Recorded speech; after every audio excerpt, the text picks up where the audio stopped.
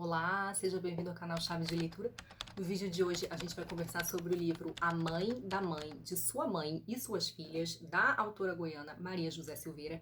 E esse é mais um vídeo para o projeto 2020 com as Brasileiras. Esse foi o livro que eu li com os apoiadores do canal e eu acabei de debater com eles, então eu já tô vindo aqui no calor da discussão e foi uma discussão ótima. E esse livro tem um projeto, assim, um bocado ousado. Ele se propõe a contar a história do Brasil através das mulheres, de 1500 até mais ou menos 2013 ali, enfim, anos 2000 já, e sempre através da mãe, da filha, das suas filhas. Esse livro foi publicado originalmente em 2002, teve muito sucesso fora do Brasil, nos Estados Unidos, na Europa, e depois acabou sendo reeditado aqui pela editora Globo com um capítulo adicional. A Maria José Silveira fez uma intensa pesquisa histórica, inclusive a bibliografia que ela consultou tá no fim do livro, e ela escolhe contar essa história com um narrador bastante íntimo. Um narrador que usa uma linguagem bastante coloquial, assim, bem próxima da oralidade, e que é até um pouco irreverente em alguns momentos. É uma história com foco em ação. E esse narrador, por vezes, é assim um pouquinho didático, né? Então, assim, ele tenta mostrar pra gente as conclusões, né, ou nos influenciar, ou nos alertar, nos advertir. Então, não tem muito espaço no livro para você interpretar as coisas sozinho. O livro tem uma linguagem muito fluida, é de muito fácil leitura. Eu fui lendo, teve dia que eu li mais de 100 páginas num dia só.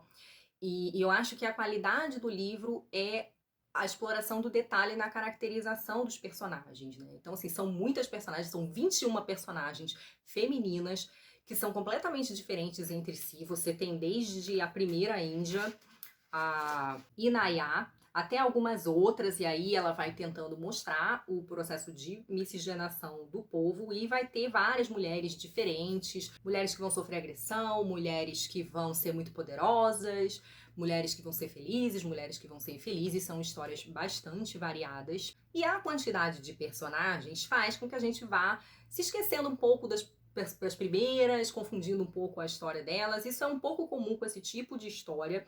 Eu já li um outro livro de que eu gosto muito, que tá resenhado aqui no canal, que é O Caminho de Casa, da Yagyasi, onde ela vai fazer a mesma coisa, só que com personagens de Gana, né? Então vai falar mais da diáspora africana. E essa questão de ir esquecendo dos personagens aconteceu lá também. E talvez, eu aventei a possibilidade quando li o livro da Yagyasi, de que esse seja um efeito que no fim das contas é próximo ao efeito da perda das raízes dos personagens, que vão se desconectando então da sua ancestralidade. Esse também é um efeito, a gente pode dizer, que acontece aqui no livro, mas a grande qualidade do livro tá na exploração do detalhe da caracterização, na caracterização histórica, bem no sentido material mesmo. Que materiais eram usados, que madeiras eram usadas para fazer navio, ou que pedras para fazer que esculturas, que tipo de coisa era comida, ou roupas que eram usadas e de onde eram importadas. Isso faz com que a gente se sinta transportado para a época, e mesmo a caracterização das personagens em vários momentos foi muito bom. Mas eu acho que esse livro tem alguns problemas. Em vários momentos, a visão histórica do livro, apesar da intensa pesquisa, me pareceu muito impregnada da visão do colonizador. Existem vários momentos em que certas coisas parecem romantizadas. A primeira relação que existe aqui entre uma índia e um europeu é uma relação consensual.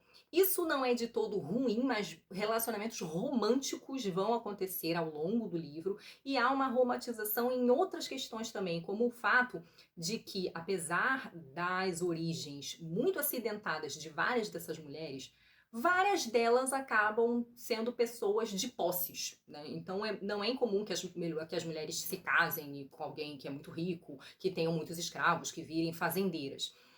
A exploração de histórias de pessoas pobres, ela vai acontecer já no século XX, e em alguns momentos eu achei que se deu um pouca ênfase a uma história que a gente sabe que é marcada por muitas guerras, muita dificuldade, muita exploração, muita violência, né? Então, assim, embora haja violência no livro, algumas personagens sofrem, né, os efeitos.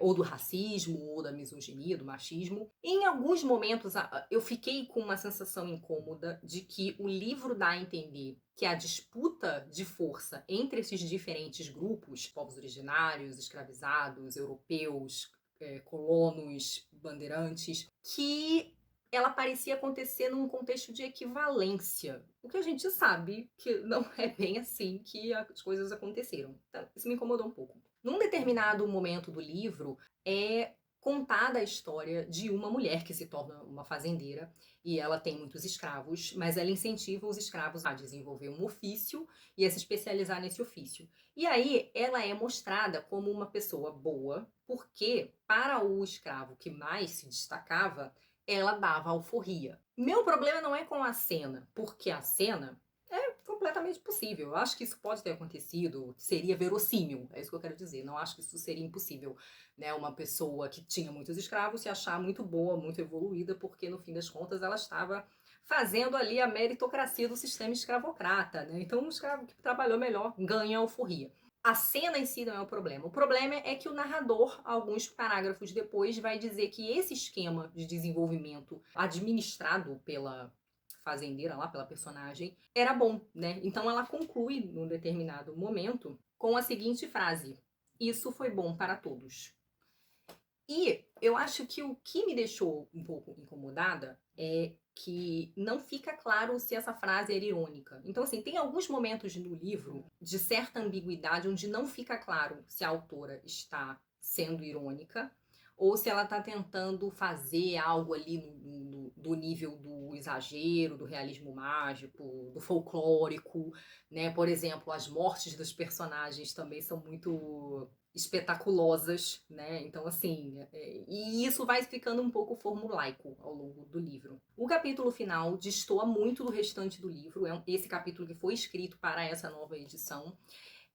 Ele é um capítulo marcadamente político e no restante do livro a autora meio que tinha aberto mão de fazer, de usar esse foco. Só que esse último capítulo é um capítulo muito sem sutileza, as coisas são muito esfregadas na nossa cara. Isso também me incomodou um pouco, né? Então, assim, o livro ele é todo marcado por esse didatismo, de mostrar pra gente o que a gente tem que achar ou concluir, enfim. E nesse sentido, ele me incomodou um pouco. A visão política que predomina no livro me pareceu um pouco ingênua. Mas eu fiquei pensando que esse talvez fosse um livro interessante de trabalhar com alunos do ensino médio, a questão da interdisciplinaridade. Eu já fui professora, então eu pensei, talvez eu trabalhasse esse livro com os meus alunos, porque dá para trabalhar literatura, língua portuguesa, história e geografia, mas eu acho que teríamos de fazer uma leitura crítica,